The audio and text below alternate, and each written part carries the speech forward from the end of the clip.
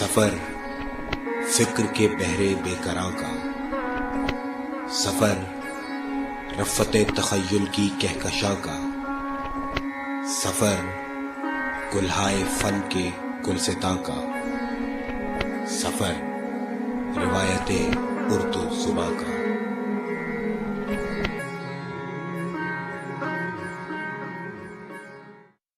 بسم اللہ الرحمن الرحیم۔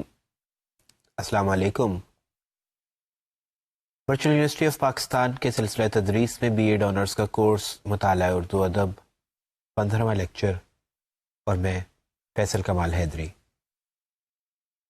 عزیز طلباء، آج کے اس لیکچر میں ہم جدید اردو شاعری کے اس ناقابل فراموش شاعر کے حوالے سے بات کریں گے جس کی شاعری کا جواب تو شاید 20ویں صدی آج تک نہیں دے سکی، لیکن اس کی شخصیت تمام عمر متنازع رہی، کنٹروورشل رہی، اور آج بھی اس کے اوپر مختلف قسم کے سوالات اٹھائے جاتے ہیں۔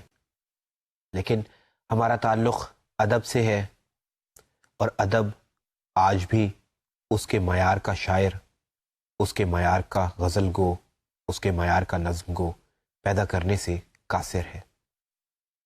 ہمارا آج کا لیکچر ہوگا 20ویں صدی کے ناقابل فراموش اردو شاعر فیض احمد فیض کے حوالے سے۔ 18ویں صدی کی بات کی جائے تو نظر میر تقی میر پر رکتی ہے، 19ویں صدی کا تذکرہ ہو تو بات غالب پر آ کر ٹھہرتی ہے، 20ویں صدی کی بات ہو تو ڈاکٹر علامہ محمد اقبال رحمۃ اللہ علیہ ہمارے سامنے دوسرے شعراء کے مقابلے میں ممیز، ممتاز اور بلندتر معلوم ہوتے ہیں۔ لیکن 1938 میں علامہ اقبال رحمۃ اللہ علیہ کی وفات کے بعد ہمارے سامنے کوئی ایسا بڑا شاعر نہیں آتا جسے ہم میر اور غالب کی طرح، یا 20ویں صدی میں اقبال کی طرح ہم دوسروں سے بالکل الگ یا ناقابل جسے کہتے ہیں انکمپیریبل، جسے ہم تو قرار دے سکیں۔ ہمارے سامنے ایسا کوئی شاعر نہیں آتا۔ اس میں کوئی شک نہیں کہ بہت سے بڑے شعراء پیدا ہوئے، احمد ندیم قاسمی، احمد فراز، یا آج کے شعراء کی بات کی جائے تو امجد اسلام امجد، یا ان سے پہلے نون میم راشد، مجید امجد کا ہم تذکرہ کر چکے، حفیظ جلندری کو ہم پڑھ چکے۔ لیکن جو شان، جو کریٹیوٹی، جو تخلیقیت ہمیں فیض احمد فیض کے ہاں نظر آتی ہے، وہ باقی شعراء کے ہاں اس حد تک نہیں۔ میں اگر ذاتی بات کروں تو 20ویں صدی کے شعراء میں علامہ اقبال کے بعد اگر کسی کا نام آتا ہے میرے ذہن میں، یا میرے پسندیدہ شعراء میں بات ہو، تو یقیناً فیض احمد فیض کا نام ہی آتا ہے۔ اس کا یہ مطلب ہرگز نہیں کہ ہم کسی دوسرے شاعر کو کمتر گردان رہے ہیں، یا کسی دوسرے شاعر کی اہمیت سے اختلاف کر رہے ہیں، انکار کر رہے ہیں۔ بات یہ ہے کہ فیض احمد فیض نے اپنی شاعری کی بنیاد جدیدیت اور کلاسیکیت پر کچھ ایسی رکھی، یعنی جدیدیت اور کلاسیکیت کا کچھ ایسا رچاؤ انہوں نے اپنی شاعری میں پیش کیا جس کی مثال کوئی بھی اور شاعر دینے سے قاصر ہے۔ مثال کے طور پہ اگر میں حفیظ جلندری کی بات کروں تو میں نے وہ حفیظ جلندری پر بات کرتے ہوئے بھی کہا کہ ان کے ہاں کلاسیکیت پائی جاتی تھی۔ اگر ہم نون میم راشد کی بات کریں تو فارسیت کی انتہا ان کے ہاں پائی جاتی تھی، موضوعاتی تنوع اس میں کوئی شک نہیں ان کے ہاں تھا، لیکن روایت پسندیدیت کو انہوں نے کچھ ایسا ترک کیا کہ پھر پیچھے مڑ کر کبھی نہ دیکھا۔ اگر ہم میرا جی کی بات کریں تو اپنی تمام تر تخلیقیت کے باوجود ان کا ایک خاص رجحان، ان کا ایک خاص انداز، ان کا وہ نفسیاتی مسئلہ جس کے باعث وہ اپنی ذات سے باہر نہ نکل سکے، ان کو محدود کر گیا۔ لیکن فیض احمد فیض نے عزیز طلباء ایک طرف تو کلاسیکی روایت سے اپنا رشتہ جوڑا، اور دوسری طرف جدت طرازی ان کی شخصیت، ان کی فطرت کا حصہ تھی۔ لہٰذا کلاسیکیت اور جدیدیت کا ایک ایسا خوبصورت امتزاج ہمارے سامنے آیا کہ آج فیض کے فیض سے ہر قاری، تمام تر قارئین ادب دراصل محظوظ بھی ہوتے ہیں اور مستفیض بھی ہوتے ہیں۔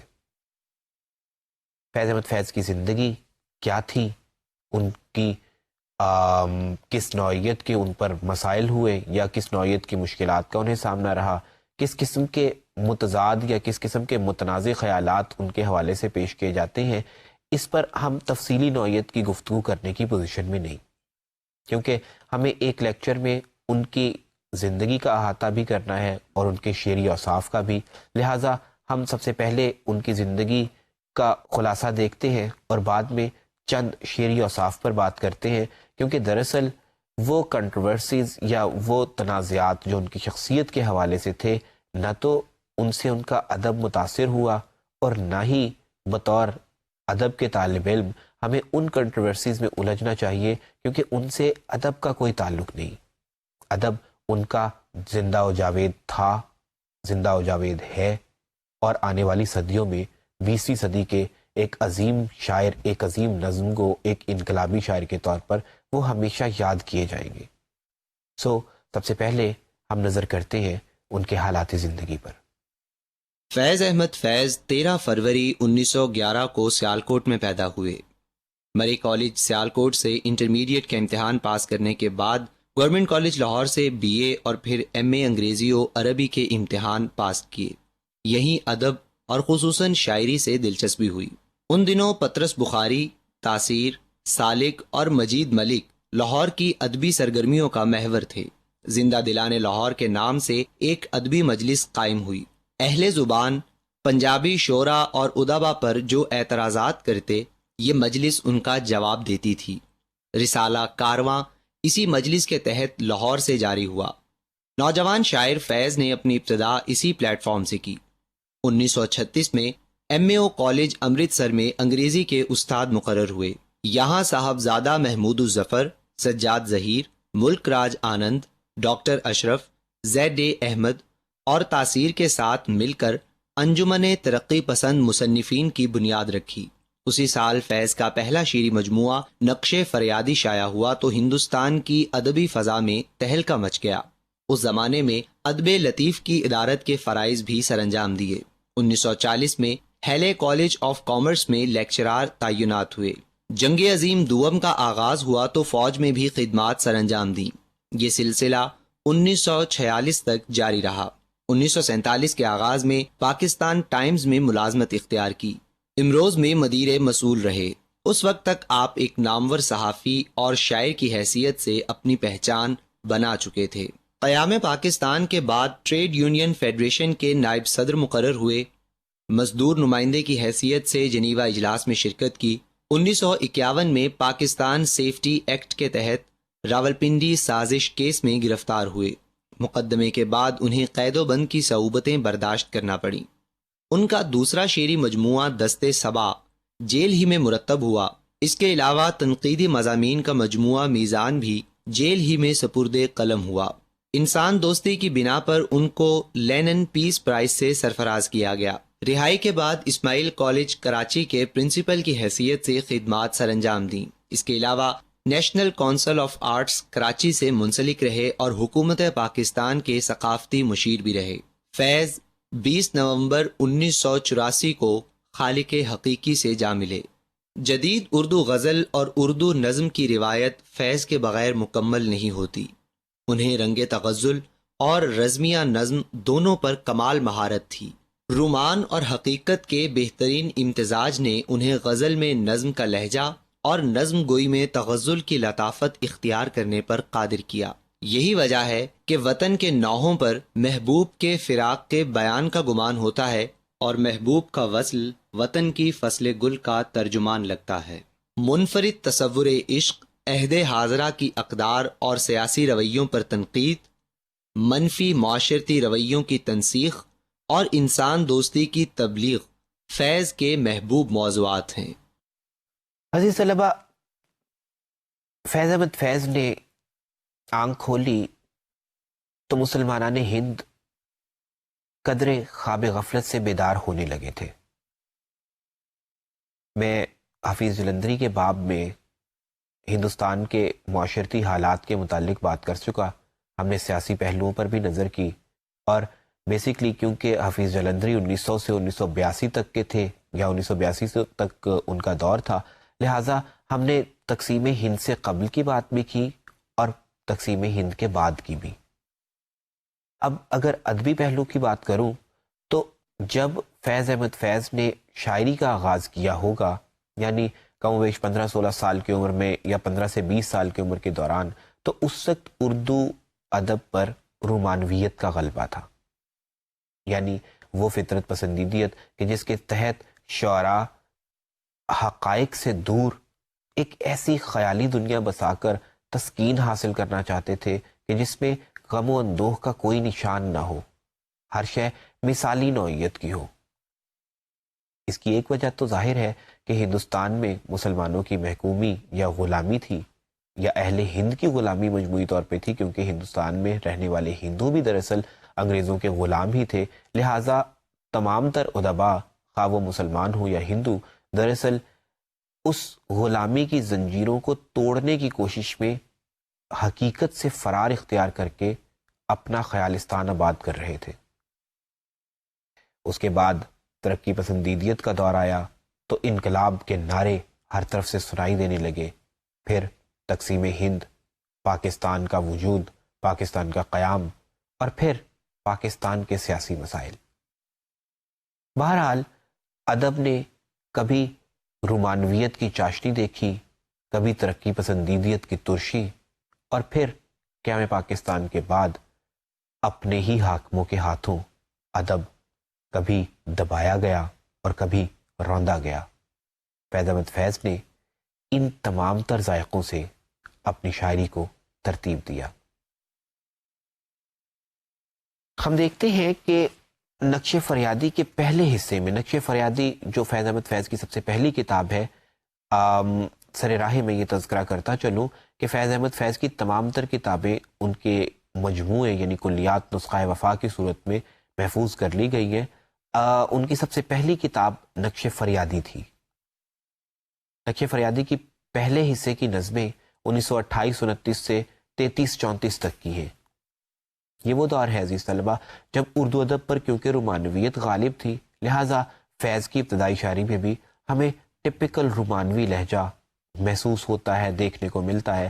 مثال کے طور پہ یہ دیکھیے، وہ کہتے ہیں کہ رات یوں دل میں تیری کھوئی ہوئی یاد آئی، جیسے ویرانے میں چپکے سے بہار آ جائے، جیسے صحراؤں میں ہولے سے چلے باد نسیم، جیسے بیمار کو بے وجہ قرار آ جائے۔ آپ نے دیکھا کہ محبوب حقیقت میں موجود نہیں، وصل کی گھڑیاں نہیں، لیکن فیض کی قوت متخیلہ دراصل انہیں ایک ایسا ماحول کریٹ کرنے پر قادر کر دیتی ہے کہ جس میں فراق بھی وصل کی گھڑیوں کی طرح رنگین، پرسکون اور مسرت بخش بن جاتا ہے۔ پھر وقت گزرا، 1935 کے بعد 1936 ترقی پسندیدیت کا باقاعدہ آغاز۔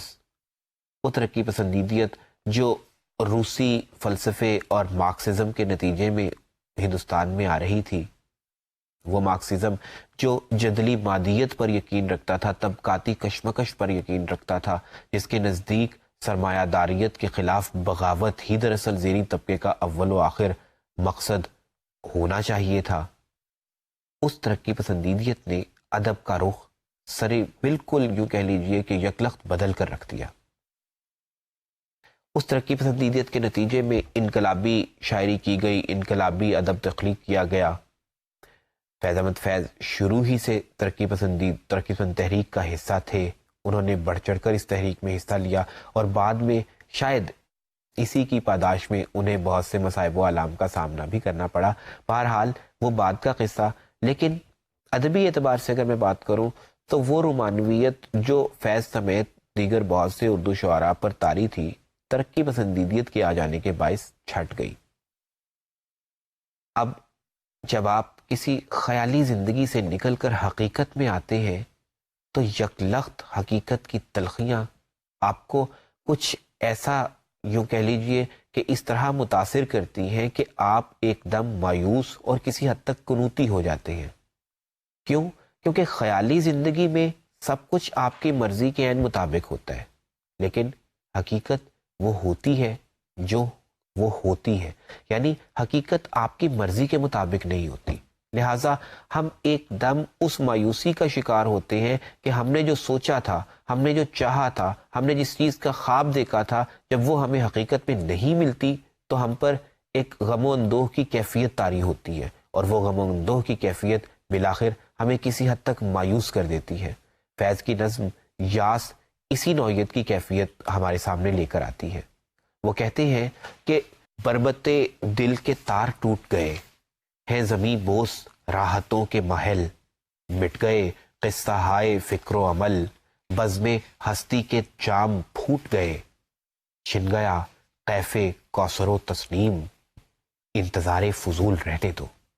یعنی فیض بالآخر یہ محسوس کرتے ہیں کہ جو کچھ انہوں نے سوچا تھا وہ اگر حقیقت میں مل نہیں سکتا تو پھر کس بات کا انتظار؟ جو حقیقت ہے اسی کو فیس کرنا ہے، تو پھر کیا خیال سجانا، کیا جام و سرور کی باتیں کرنی، کیا نشہ و صحبا کی بات کرنی؟ جو ہے وہ تو یہی ہے کہ ہمارے پاس کچھ بھی نہیں ہے۔ لیکن عزیز طلبہ، فیض کو حقیقت میں فیض جس بات نے بنایا وہ ان کی وہ تخلیقیت تھی جس نے انہیں ترقی پسند ہونے کے باوجود ادبی پیرائے میں، اپنے اظہاریے میں، اپنے ابلاغ میں انہیں بنیادی طور پر کھوکھلا یا کھردرا قسم کا انقلابی نہیں ہونے دیا۔ یعنی ان کی شاعری میں خواہ کیسی ہی بغاوت کی بات ہو، خواہ کیسے ہی انقلاب کی بات ہو، لیکن وہ مایوس تو ہوئے ایک لمحے کو جب رومانویت کا طلسم ٹوٹا تو، لیکن بعد ازاں جب انہوں نے حقیقت میں قدم رکھا، جب عملی زندگی کی ترشی اور تلخی کا سامنا انہوں نے کیا، تو پھر انہوں نے یہ محسوس کیا کہ اس کا اسی ترشی اور اسی تلخی کے ساتھ بیان نہ صرف انہیں امر نہیں کر سکتا بلکہ ان کے بیانیے کو بھی متاثر کن اور مؤثر نہیں بنا سکتا۔ لہٰذا انہوں نے حقیقت کا بیان کیا اور رومانوی لہجہ اپنایا، یعنی ایک ایسا تاثر، ایک ایسا امتزاج، ایک ایسا اختلاط جو بظاہر ایک دوسرے کی ضد ہے۔ یعنی رومانویت ہمیں خیالستان کی طرف لے کے جاتی ہے، ایک مثالی دنیا کی طرف لے کے جاتی ہے۔ حقیقت پسندی ہمیں جو ہے جیسے ہے کی بنیاد پر بیان کرنے پر اکساتی ہے۔ لیکن فیض نے دونوں میں سے کوئی بھی کام مکمل نہیں کیا۔ فیض نے رومانویت کو بھی نہیں چھوڑا اور حقیقت پسندی کو بھی نہیں چھوڑا۔ انہوں نے حقیقی واقعات کو، حقیقی کیفیات اور احساسات کو بیان کیا، زندگی کی تلخیوں کو اپنی شاعری کا حصہ بنایا، لیکن رومانوی پیراہن پہنا کر، جس کے نتیجے میں ہم فیض کی شاعری کا مطالعہ کرتے ہوئے یہ کہتے ہیں کہ فیض کے ہاں رومانویت اور حقیقت کا بہترین امتزاج ملتا ہے۔ نقش فریادی کا دوسرا حصہ اس کی بہترین مثال ہے، جس میں فیض ہمیں وہ رومانوی بھی نظر آتا ہے کہ جو 1927-28 میں یا 1930-32 میں ٹپیکل رومانوی لہجے میں لکھتا ہوگا، اور وہ فیض بھی نظر آتا ہے جس کا ہر لفظ نعرہ انقلاب بن جاتا ہے۔ یعنی فیض کے ہاں اس دور میں ہم رومانویت اور حقیقت کا امتزاج دیکھتے ہیں۔ مثال کے طور پر یہ اشعار دیکھیے کہ مجھ سے پہلی سی محبت میرے محبوب نہ مانگ، جا بجا بکھرے ہوئے کوچاؤ بازار میں جسم، خاک میں لتھڑے ہوئے خون میں نہلائے ہوئے، لوٹ جاتی ہے ادھر کو بھی نظر، کیا کیجے اب بھی دلکش ہے تیرا حسن، مگر کیا کیجے مجھ سے پہلی سی محبت میرے محبوب نہ مانگ۔ یعنی شاعر محسوس کرتا ہے کہ ہر وقت ہجر و وصال کے قصے سنا دینا ہی کافی نہیں، زندگی صرف غم جانا میں گھلے جانے کا نام نہیں، غم دوراں ناقابل فراموش ہے۔ ہم بہرحال محبوب کے ناز و ادا سے الگ پیٹ کے دوزخ کے لیے بھی زندگی جیتے ہیں، اور پیٹ کا دوزخ ہمیں غم دوراں سے میسر آتا ہے۔ یعنی جب کوئی بھی شخص روزی کی فکر کرتا ہے، فکر معاش کرتا ہے، تو وہ دراصل غم دوراں کی کیفیات سے گزرتا ہے۔ یوں فیض احمد فیض نے 1935 سے 1950-52 تک کے عرصے میں ایسی شاعری کی جس میں ہمیں رومان اور حقیقت کا امتزاج ملا۔ اور بعد ازاں فیض نے اسی رومان اور حقیقت کے امتزاج کو اپنی شاعری کا بنیادی وصف یا امتیازی خصوصیت بنا لیا. فیض کے ہاں بعد کی تمام تر کتب میں تمام تر ان کے مجموعہ کلام میں ہمیں رومان اور حقیقت کا امتزاج ملتا ہے. جس نظم کا میں نے ابھی حوالہ دیا، آپ نے بارہا اسے مختلف اپنے ریڈیو ٹی وی یا اپنی کیسٹس پر سن رکھا ہوگا. یہ گانا گایا جا چکا، فلم کے لیے گانا گایا جا چکا، لیکن نظم کے اعتبار سے، شعری ٹکڑے کے اعتبار سے اس کی اہمیت یہ ہے کہ فیض نے محبوب اور معاشرت دونوں کو بیک وقت ساتھ چلایا ہے. یعنی فیض خود کو بھی اس بات کا احساس دلا رہے ہیں کہ صرف اور صرف محبت کے نشے میں مست ہو کر زندگی نہیں گزاری جا سکتی، اور اپنے محبوب کو بھی یہ ادراک کروانا چاہتے ہیں، اسے بھی اس بات کا یقین دلانا چاہتے ہیں، احساس دلانا چاہتے ہیں کہ دراصل ہر وقت، ہر لحظہ محبت اور عہد وفا کی باتیں کرنا، پیمان وفا باندھنا یا محبوب کے ناز و ادا کی تعریف و توصیف بیان کرنا ممکن نہیں ہوتا. کہ زندگی کی یہ ایک تصویر تو ہو سکتی ہے، لیکن زندگی محض اسی تصویر سے عبارت نہیں ہے.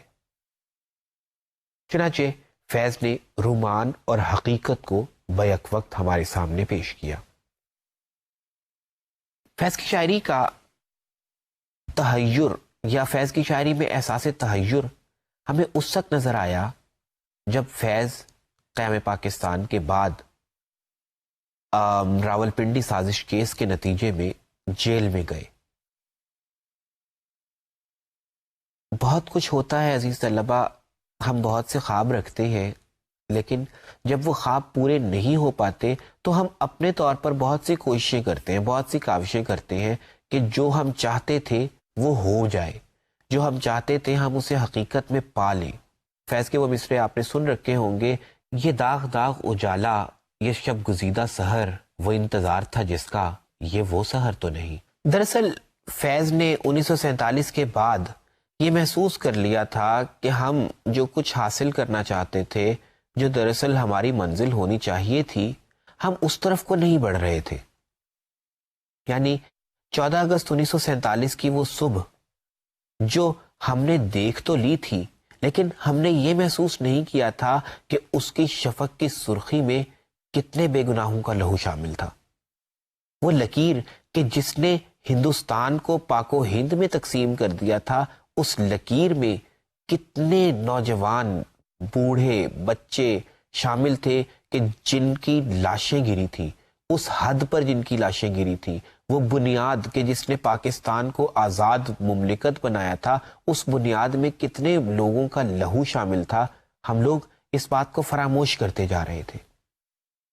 اس کا نتیجہ یہ تھا کہ ہم میں سے کچھ بڑے طبقات، ہمارے بڑے طبقات جو تھے، وہ دراصل اپنی خواہشات کی تکمیل تو کر رہے تھے، لیکن مملکت پاکستان جس مقصد کے لیے قائم کی گئی تھی، یہ وطن عزیز اس لیے حاصل کیا گیا تھا، فیض اور ان کے بہت سے رفقا کا یہ خیال تھا کہ ہم اس طرف آگے نہیں بڑھ رہے. نتیجتاً انہوں نے اپنے طور پر کچھ کوششیں کی. میں اس وقت ان کی تفصیل میں نہیں جاتا کہ وہ غلط تھی یا درست تھی، لیکن بہرحال اس کا نتیجہ یہ ہوا کہ 1952 کے بعد انہیں قید و بند کی صعوبتیں طے کرنا پڑی. قید و بند کی صعوبتوں کا سامنا کرنا پڑا فیض احمد فیض کو. تو پھر ان کی شاعری میں ایک نیا اضافہ ہوا یا ایک نئی تبدیلی آئی. تبدیلی یہ تھی کہ فیض احمد فیض جو رومان کی آنکھ سے دیکھتے تھے، اب متحیر ہو گئے، حیرت میں پڑ گئے کہ ہم جو چاہتے تھے ہمیں وہ تو حاصل نہیں ہو سکا. تو یہ سب کچھ کیا ہے؟ آخر اس کا نتیجہ کیا ہوگا؟ لیکن فیض نے ان کیفیات کے بیان کے لیے اظہاریہ یا ابلاغ کا راستہ پھر وہی رومان کا اختیار کیا. فیض کی نظمیں جو دستے صبا میں ہمیں ملتی ہیں یا ان کی شاعری جو ہم دستے صبا میں دیکھتے ہیں، ان میں ہم واضح طور پر یہ محسوس کر سکتے ہیں ابتدائی حصے میں کہ فیض قدرے متحیر انداز میں ہمارے سامنے آتے ہیں، لیکن اپنی حیرت، اپنی یوں کہہ لیجیے حیرانی کو وہ انتہائی رومانوی انداز میں ہمارے سامنے پیش کرتے ہیں. مثال کے طور پہ دست صبا کی یہ نظم جس کا نام زنداں کی ایک شام ہے، اس کا یہ ٹکڑا دیکھیے، پھر ہم اس پہ بات کریں گے اور دیکھیں گے کہ فیض اپنی پریشانی کو، اپنے مسائل کو بھی رومان کے انداز میں پیش کر رہے ہیں، اور دراصل حیرت موجود ہے ان کے ہاں ایک.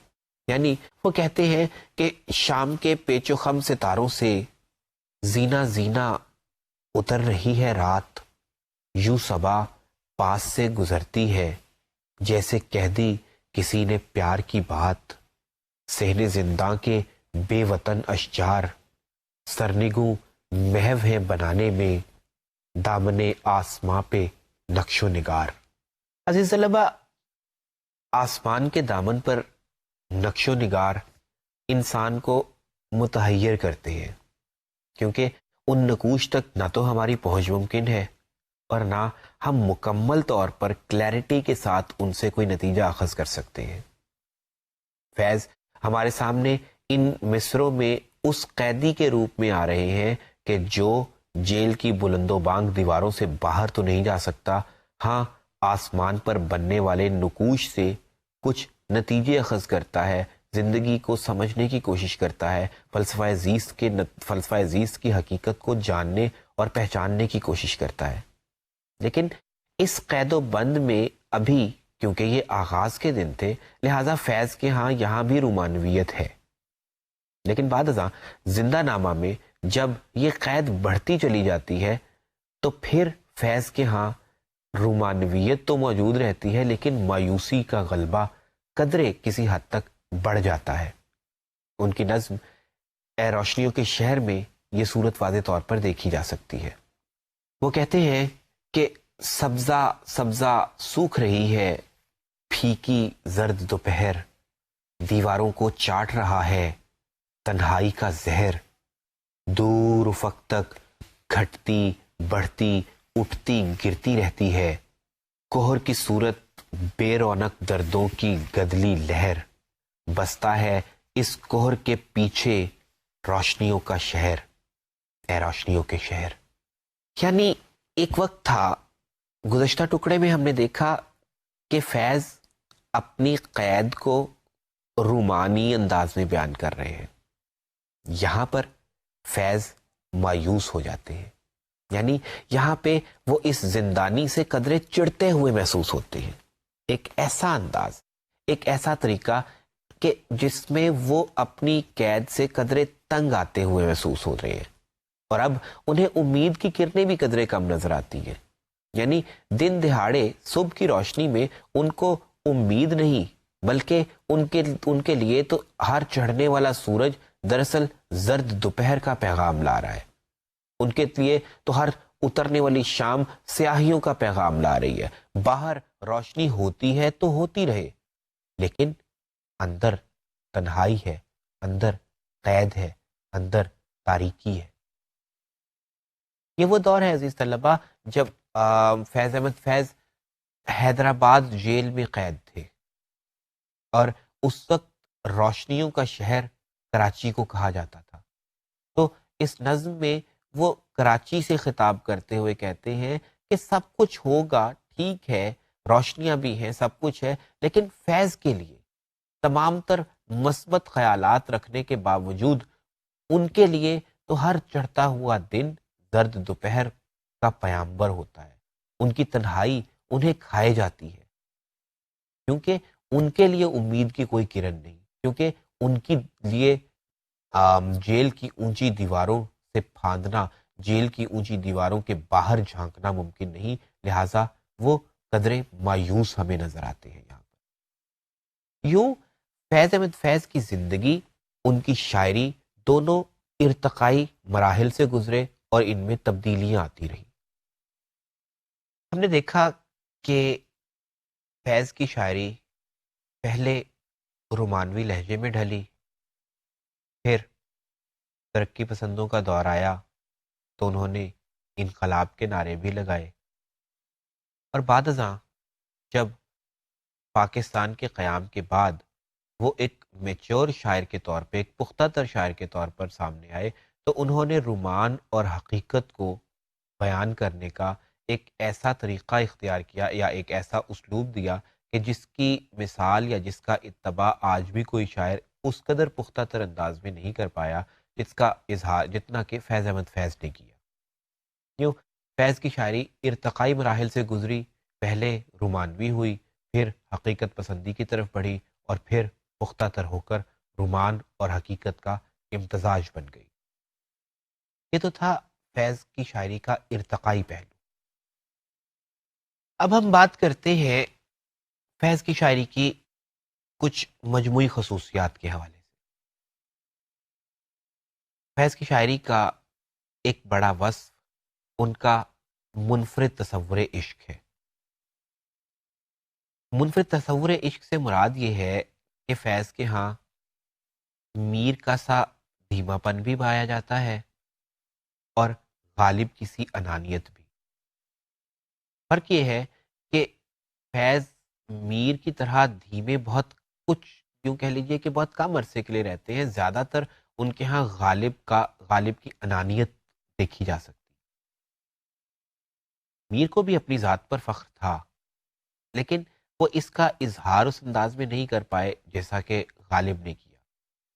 میر کے نزدیک عشق ایک بہت بڑا جذبہ تھا، لیکن وہ جذبہ انسان کو دوسروں کے سامنے یوں کہہ لیجئے کہ جھکا دیتا ہے، اطاعت کروانے پر مجبور کرتا ہے. جیسا کہ وہ کہتے تھے کہ دور بیٹھا غبار میر ان سے عشق بن یہ ادب نہیں آتا. ان کے نزدیک عشق انسان کو تادیب سکھاتا ہے، جبکہ غالب کے نزدیک عشق اگین میر کی طرح بہت بلند و بانگ تھا، لیکن غالب اس عشق کے نتیجے میں اپنی ذات کی نفی برداشت نہیں کر سکتے تھے یا کسی کے سامنے جھکنا پسند نہیں کرتے تھے. ہم دیکھتے ہیں کہ فیض کے ہاں ہمیں ایسا ہی ایک عشق ملتا ہے. جس طرح غالب کے ہاں عشق کا بنیادی مصرف اپنی ذات اور اپنے جذبے کی تسکین تھا، اپنے جذبے کی عظمت تھا، اسی طرح فیض کے ہاں بھی یہ عشق دراصل کسی دوسرے کی تسکین یا محبوب کو راضی کرنے کا نام نہیں تھا، بلکہ اپنی تکمیل، اپنی تسکین تھا. فیض کہتے ہیں کہ اپنی تکمیل کر رہا ہوں میں، ورنہ تجھ سے تو مجھ کو پیار نہیں. یا وہ یہ کہتے ہیں کہ دنیا نے تیری یاد سے بیگانہ کر دیا، تجھ سے بھی دل فریب ہیں غم روزگار کے.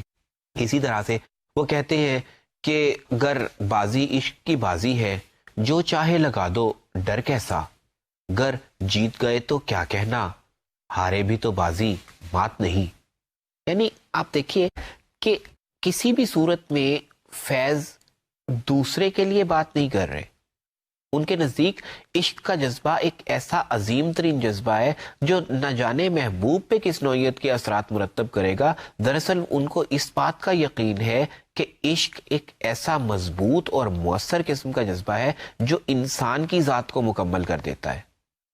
لہٰذا ان کا تصور عشق غالب کی طرح انانیت سے بھرپور بھی ہے اور وہ عشق کو لازمی بھی تصور کرتے ہیں. دیکھیے میں نے ابھی یہ شعر کا تذکرہ کیا کہ اپنی تکمیل کر رہا ہوں میں، ورنہ تجھ سے تو مجھ کو پیار نہیں. غالب بھی دراصل کہتے ہیں کہ ان کے لیے ان کا عشق زیادہ ضروری ہے. وہ کہتے ہیں کہ وفاداری بشرط استواری اصل ایما ہے، مرے بت خانے میں تو کعبے میں گاڑو برہمن کو.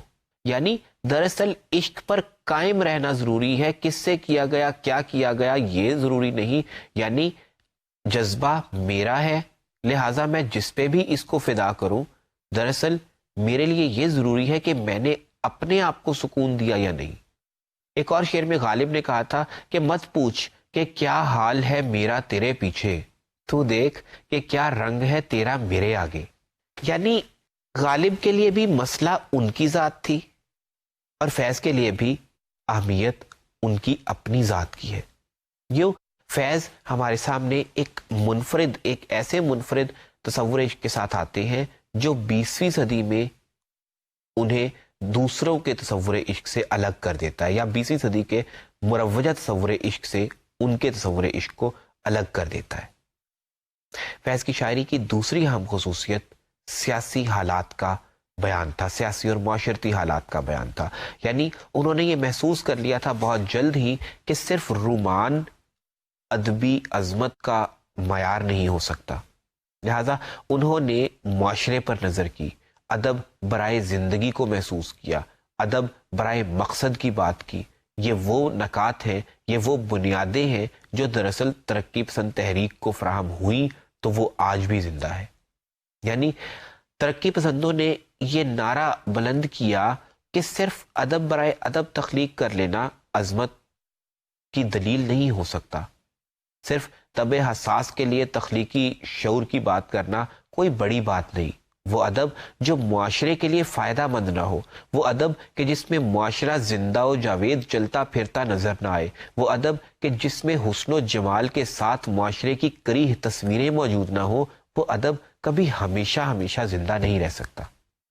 لہذا فیض نے اس بات کو آدرش سمجھتے ہوئے گو کہ رومانوی لہجہ اختیار کیا، لیکن انہوں نے حقیقت کے ساتھ رشتہ جوڑا اور رومان اور حقیقت کے تناظر میں، رومان اور حقیقت کے امتزاج سے انہوں نے اپنی شاعری کو وسعت دی اور معاشرتی حالات کا بیان کیا. نگواؤ ناوک نیم کش دل ریزہ ریزہ گوا دیا، جو بچے ہیں سنگ سمیٹ لو تنے داغ داغ لٹا دیا. یا ان کی نظر میں کیا کریں پھیکا ہے اب بھی رنگ، جتنا لہو تھا صرف کبا کر چکے ہیں ہم.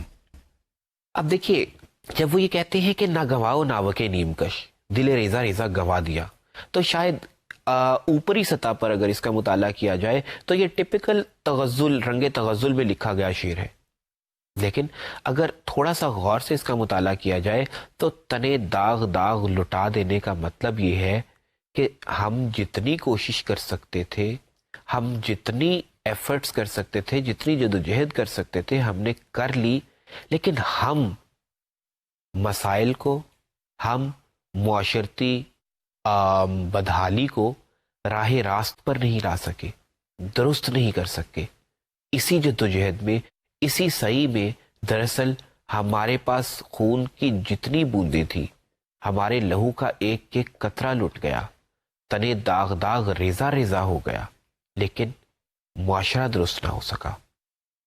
اگلی مثال میں جو میں نے دوسری دی تھی کہ جتنا لہو تھا ہم نے صرف کبا کر دیا، یعنی جتنا کچھ ہم کر سکتے تھے، جتنی ہم میں سکت تھی ہم نے کر دیا، لیکن اس کے باوجود جس سحر کی ہمیں تلاش تھی وہ حاصل نہیں ہو سکی. تو اس کا مطلب کیا ہے کہ وہ دراصل تغزل میں محبوب سے مخاطب نہیں ہے، وہ دراصل معاشرتی نوحے کی بات کر رہے ہیں. جیسے مثال کے طور پہ کسی نے کہا تھا کہ ہم روتے روتے، ہم کہتے کہتے قصہ غم رو دیے لہو. اس نے یہ مسکرا کے کہا بس یہی ہوا. یعنی اپنی طرف سے ہم جو کوشش کر سکتے تھے ہم نے کر دیکھی، لیکن محبوب پر انفارچونیٹلی، بدقسمتی سے اس کا کوئی اثر نہیں ہوا.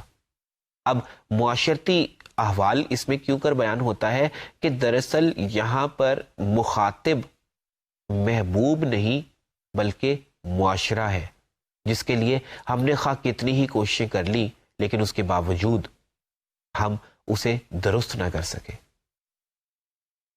فیض کی شاعری کا تیسرا اہم پہلو ان کے ہاں پایا جانے والا سوز و گداز ہے. عزیز طلبہ، ادب سوز اور گداز ہی سے عبارت ہے. کوئی بھی ادب پارا اس وقت تک مؤثر نہیں ہو سکتا یا زندہ و جاوید نہیں ہو سکتا جب تک اس میں سوز و گداز نہ پایا جائے. سوز و گداز سے مراد دراصل یہ ہے کہ جب میں کوئی بات کروں تو اس میں ایسی تاثیر ہو، ایسا درد ہو کہ آپ کو وہ بات آپ کی لگے، میرا نوحہ آپ کو آپ کا نوحہ لگے، میرا مسئلہ آپ کو آپ کا مسئلہ لگے. اس کا بیان کچھ اس انداز میں ہو کہ میرا ذاتی تجربہ میرا ذاتی نہ رہے بلکہ پوری معاشرت کا تجربہ بن جائے. ہر ایک کو اسے پڑھ کر، اسے سن کر اپنے غموں کا ازالہ ہوتا محسوس ہو، اسے اپنے غموں کی کہانی میرے غموں میں نظر آنے لگے. سو فیض کے ہاں یہ رنگ، یہ لہجہ، یہ اسلوب ہم بآسانی مختلف جگہوں پر بکھرا ہوا دیکھ سکتے ہیں. مثال کے طور پر وہ کہتے ہیں کہ نہ کسی پہ زخم عیاں کوئی، نہ کسی کو فکر رفو کی ہے، نہ کرم ہے ہم پہ حبیب کا، نہ نگاہ ہم پہ ادو کی ہے، یا قفس اداس ہے یارو صبا سے کچھ تو کہو، کہیں تو بہر خدا یا آج ذکر یار چلے۔ دراصل ان اشعار میں آپ دیکھیے تو بیان کرنے کا انداز تجربے کو آفاقی بنا دیتا ہے۔ 20ویں صدی میں شاید میں اور آپ، ہم لوگ اپنی رائے گانی کو مختلف طور پر مختلف انداز میں محسوس کرتے ہیں کہ ہم لوگوں میں موو کر رہے ہیں، ہم حرکت کرتے ہیں، ہم زندگی گزارتے ہیں، لیکن نہ کوئی ہم سے ناراض، نہ کوئی ہم سے راضی، ایک رائے گانی کا احساس ہے، نہ کوئی ہم سے خوش، نہ کوئی ہم سے خفا، بس زندگی ہے کہ گزرتی جا رہی ہے۔ اسی طرح سے قفس اداس ہے یارو صبا سے کچھ تو کہو، کہ ہم بھی حالت ہجرا میں، فراق کے دور میں ایسی ہی کیفیات سے گزرتے ہیں اور ایسے ہی سوز و گداز کو محسوس کرتے ہیں جس کا اظہار فیض کی شاعری میں ہمیں نظر آ رہا ہے، دیکھنے کو مل رہا ہے۔ فیض کی شاعری کا ایک اور بڑا وصف ان کے ہاں وطن اور محبوب کی یکسانیت ہے۔ دراصل اگر ہم اسے رومان اور حقیقت کے پیرائے میں بھی دیکھیں تو بات سمجھ میں آ سکتی ہے، لیکن فیض کے ہاں وطن اور محبوب ہمیں ایک سے ہوتے محسوس ہوتے ہیں۔ یعنی جب شاعر فیض وطن کی بات کرتا ہے تو اس پر ہمیں محبوب کا گمان ہوتا ہے، اور جب شاعر محبوب کی بات کرتا ہے تو اس پر ہم بآسانی وطن کا گمان کر سکتے ہیں۔ یوں فیض نے محبوب کو، گوشت پوست کے محبوب کو وطن میں کچھ یوں ضم کر دیا ہے کہ رومان اور حقیقت کی بہترین مثالیں ہمارے سامنے آ گئی ہیں۔ لہجہ بالکل عشقیہ، بیان بالکل معاشرتی، لہجہ رومان انگیز اور بیان حقیقت پسندانہ۔ فیض کی نظم کے یہ اشعار دیکھیے جن میں وہ کہتے ہیں کہ تیرے ہونٹوں کے پھولوں کی چاہت میں ہم دار کی خشک ٹہنی پہ وارے گئے، تیرے ہاتھوں کی شموں کی حسرت میں ہم نیم تاریک راہوں میں مارے گئے، جب گھلی تیری راہوں میں شام ستم ہم چلے آئے لائے جہاں تک قدم، لب پہ حرف غزل دل میں قندیل غم، اپنا غم تھا گواہی تیرے حسن کی، دیکھ قائم رہے اس گواہی پہ ہم۔ اب اگر مطالعہ کیا جائے اس ٹکڑے کا تو بآسانی ہم یہ کہہ سکتے ہیں کہ اس ٹکڑے میں فیض دراصل اپنے محبوب سے مخاطب ہے، لیکن حقیقت یہ ہے کہ وہ محبوب کے پیرائے میں وطن سے شکوہ کر رہے ہیں کہ ہم نے تیرے لیے کیا کچھ نہ کیا، جہاں تک ہم جا سکتے تھے، خواہ اس سلسلے میں ہمیں اپنی انگلیوں کو خون دل میں ڈبونا پڑا ہو، یا ہمیں پابا زنجیر ہونا پڑا ہو، یا ہمیں پابجولہ چلنا پڑا ہو، ہم چلے، لیکن کیا ہے کہ تیرا وصل، تیرا تبسم ہمیں نصیب نہ ہو سکا۔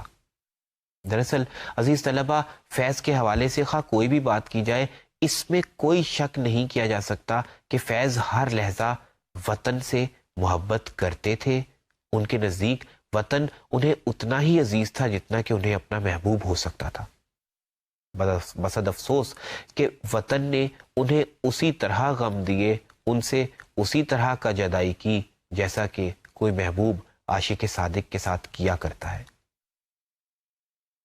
اس کا نتیجہ کیا ہوا کہ فیض انقلابی ہو گئے، یعنی فیض کی شاعری میں کسی حد تک بغاوت کا رنگ آنے لگا، لیکن آپ اسے بغاوت سے زیادہ انقلاب ہی سے تعبیر کر سکتے ہیں کہ انہوں نے جو کچھ دیکھا کہ جو پاکستان اسلام کے نام پر حاصل کیا گیا تھا، جسے جمہوری ہونا تھا، جب اس میں عامر آ گئے، جب اس میں کچھ ایسے لوگوں نے اپنا کردار ادا کرنا شروع کیا جو شاید نہ ان کو زیب دیتا تھا اور نہ پاکستان کا وہ مقصد تھا، لہٰذا فیض نے پاکستان کو، عوام کو ان ظالموں سے، ان جابروں سے آزاد کروانے کے لیے انقلاب کی شاعری کی۔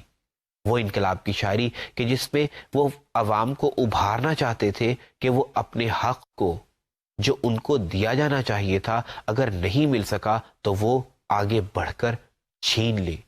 پھر ہمارے سامنے فیض کی وہ نظمیں بھی آئیں کہ جس میں انہوں نے کہا کہ بول کے لب آزاد ہے تیرے، بول کے تھوڑا وقت بہت ہے.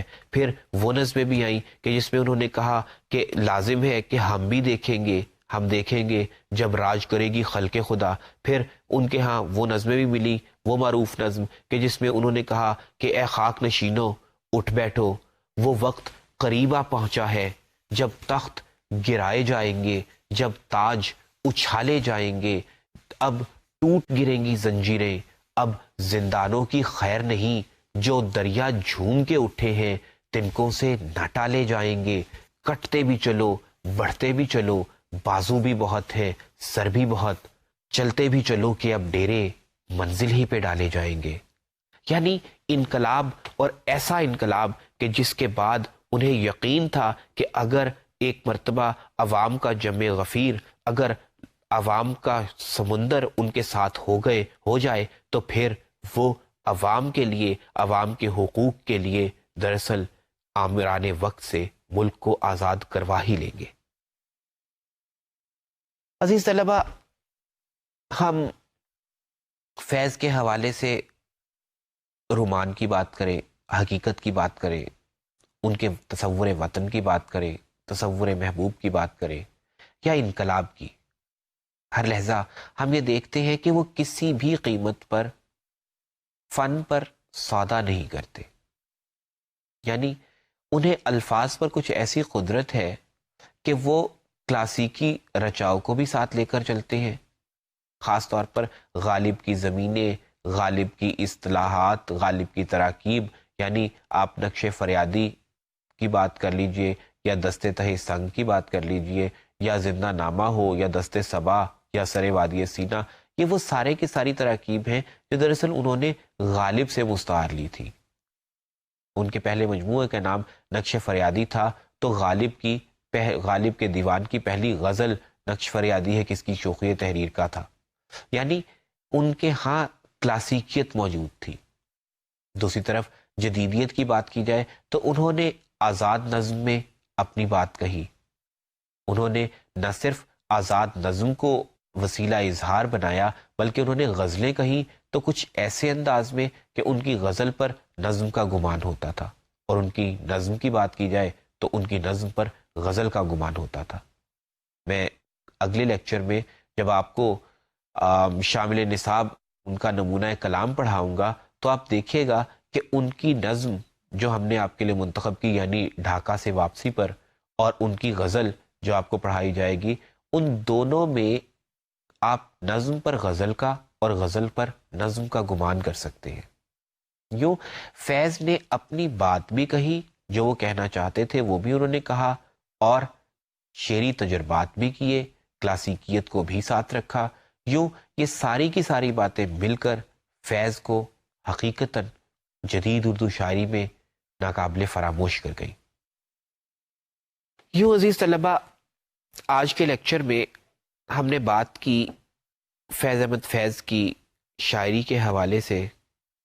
ہم نے دیکھا کہ انہوں نے رومانویت سے آغاز کیا، ترقی پسندیدیت کی طرف بڑھے، زنداں کی صعوبتیں سہی تو قنوتیت ان پر بھی طاری ہوئی، لیکن بالآخر انہوں نے انقلابی انداز تخاطب کو نہ چھوڑا، اور پاکستانی قوم کے لیے انقلاب کی خواہش کرتے کرتے، انقلاب کے نعرے لگاتے لگاتے بالآخر اس دنیا سے کوچ کر گئے.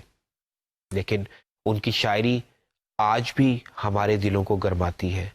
آج بھی جب کوئی شخص سنتا ہے کہ لازم ہے کہ ہم بھی دیکھیں گے، یا آج بازار میں پا بجالا چلو، تو واقعی ہمارے دل کے جذبات بھی بھڑک اٹھتے ہیں.